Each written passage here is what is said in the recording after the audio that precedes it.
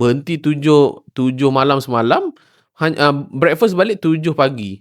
Sedar-sedar sebenarnya itu adalah puasa free 12 jam. Free je 12 jam. Dan insyaAllah tak akan sakit apa pun. Memang like okey je, sebab 12 jam ni dia punya intensity dia tak teruk lah. Memang low intensity. Sebab korang kena ingat, malam tu korang buat apa kan? Pukul 7, and then semayang, bla bla bla, main dengan anak ni semua pukul, let's say 8 lewat pun 11.30. Orang dah tidur. 11.30 bangun-bangun, bangun lambat subuh pula, 6.45, 6.50, semayang subuh bagai.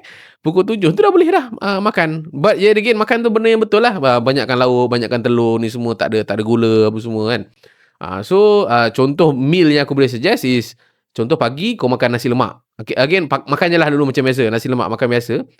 Akan tetapi nasi lemak kau tu, kau pergi tambah telur rebus ke telur goreng. Instead of 1 biji, kau akan jadi 3 biji.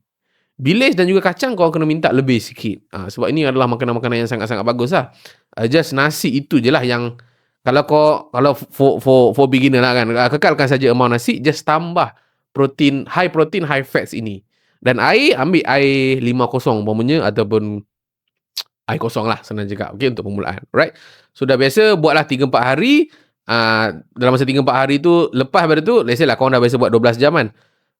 Lepas ni korang tambah 1 lagi jam. Umpamanya 13 jam. Contoh, tadi kita stop makan pukul 7 malam. Esoknya, pukul 8 pagi baru makan.